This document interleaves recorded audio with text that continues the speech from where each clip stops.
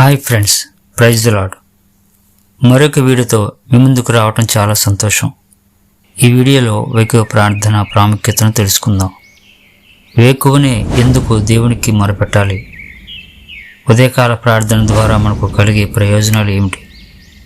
Bible గ్రంథంలో ఎవరు పెందలకడని లేచి దేవునికి మొరపెట్టి మేలులు పొందారు?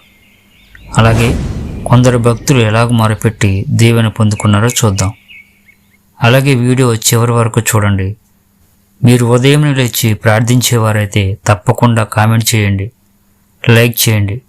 ఇప్పటి వరకు లైఫ్ ఇన్ జీసస్ క్రైస్ట్ ఛానల్కు 1000 సబ్స్క్రైబర్స్ రావటానికి, అలాగే దేవుడు చూపిన మహాకృపను బట్టి దేవాతి దేవునికి వందనాలు తెలియజేస్తున్నాను. సబ్స్క్రైబ్ చేసిన మీ అందరికీ నా హృదయపూర్వక ధన్యవాదాలు. ఇంకా సబ్స్క్రైబ్ చేయని వారైతే తప్పకుండా సబ్స్క్రైబ్ చేసి, అలాగే మీ మిత్రులకు, బంధువులకు, ఆత్మీయులకు ఈ వీడియోను తప్పకుండా షేర్ చేయండి.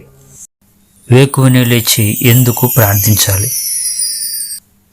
విలాప వాక్యాలు 2:19 ఈ విధంగా రాయబడింది: నీవు లేచి రేయి మొదటి జామున మొరపెట్టుము, నీళ్లు కుమ్మరించినట్లు ప్రభు సన్నిధిని నీ హృదయమును కుమ్మరించము.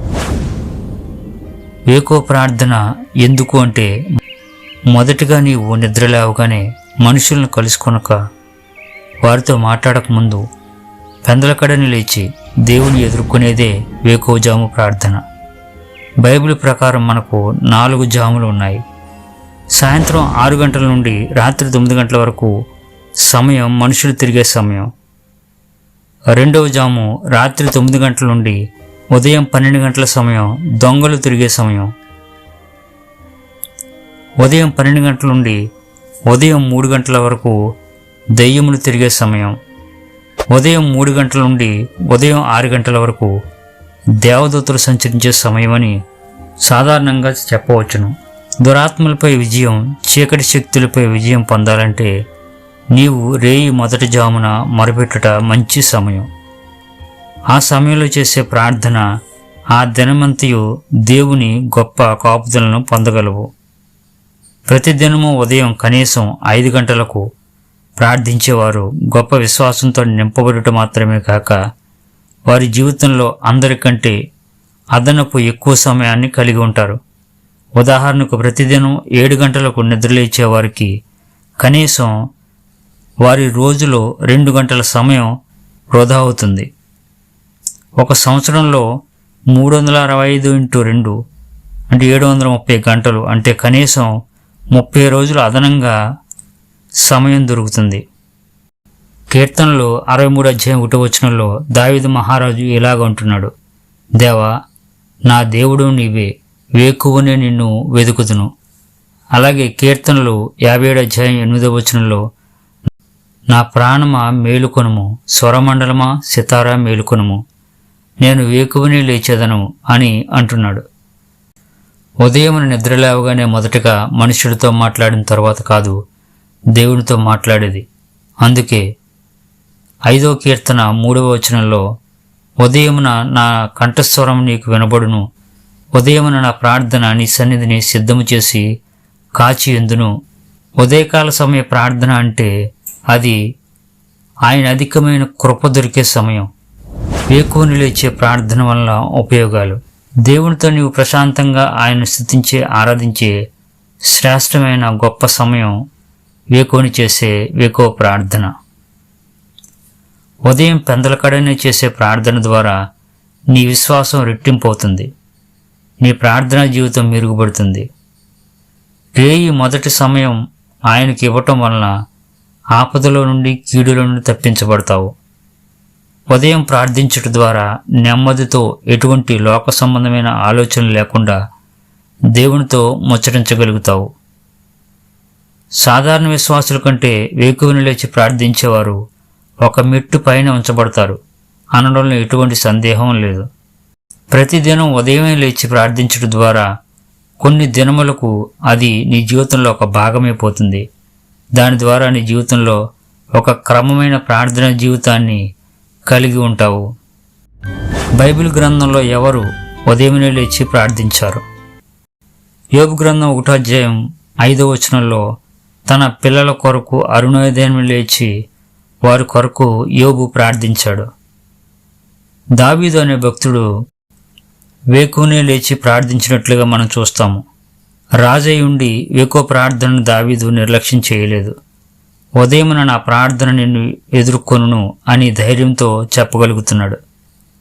యేసుక్రీస్తు పగలు పరిచర్య చేస్తూ రాత్రి అంతయు ప్రార్థన చేసి అనేకసార్లు పెందలకడని లేచి ఇంకనూ చాలా చీకటి ఉండగానే బయలుదేరి ప్రార్థించాడు అని మార్కు సువార్త 1:35 చెప్పబడుతుంది.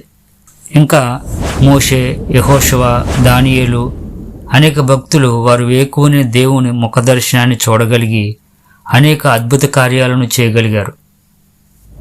వేకువ ప్రార్థన ఎలా చేయాలి? వేకువ ప్రార్థన అందరికీ సాధ్యం కాదు. గొప్ప నిశ్చయత కలిగిన వారు మాత్రమే వేకువ ప్రార్థన చేయగలరు. రాత్రి నీవు బలంగా నిర్ణయించుకుంటేనే గాని, నీ మనస్సును నీ శరీరాన్ని నియంత్రించుకోగలిగితేనే గాని ఉదయమే లేచి నిద్ర మానుకుని ఆయన సన్నిధిలో మొరపెట్టట అసాధ్యం. ఎందుకంటే సోమరితనము గాఢ నిద్రలో పడవేయను సామెతలు 19:15 సెలవిస్తుంది. కాబట్టి సోమరులు వేకువని లేచి ప్రార్థన చేయలేరు.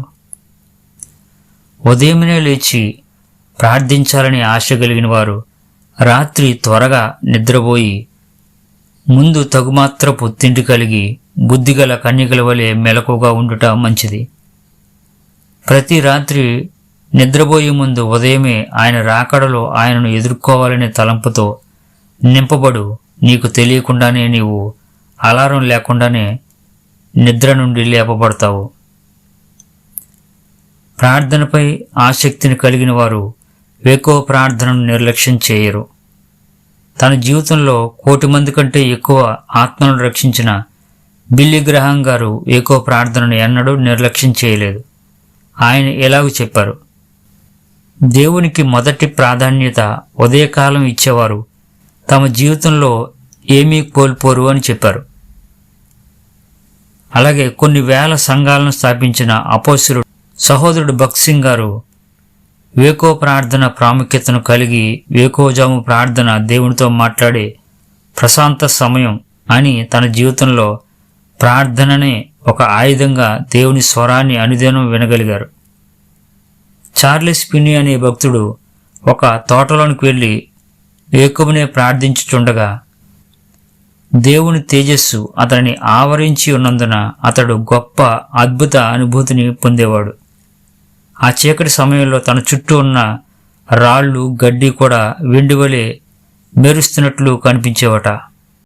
ఈనాడు అనేకులు వేకువ ప్రార్థన సంగతి అటుంచితే ప్రార్థననే నిర్లక్ష్యం చేస్తూ అలవాటు ఆచార ప్రార్థనలకు పరిమితమైపోతున్నారు. గనుక ఆధ్యాత్మిక శక్తి లేనివారిగా ఉంటున్నారు. కాబట్టి ఇప్పుడైనను నేను వేకువను లేచి నిన్ను వెదకెదను అని భక్తుడు దావీదు సెలవిచ్చినట్లుగా మనము ప్రార్థించుదుము. ఈ వీడియో మీకు నచ్చినట్లయితే లైక్ చేయండి, షేర్ చేయండి, తప్పకుండా కామెంట్ చేయండి. మరొక మంచి వీడియోతో మళ్ళీ కలుద్దాం. అంతవరకు సెలవు. సైనింగ్ ఆఫ్ మీ జాషువా టేకి.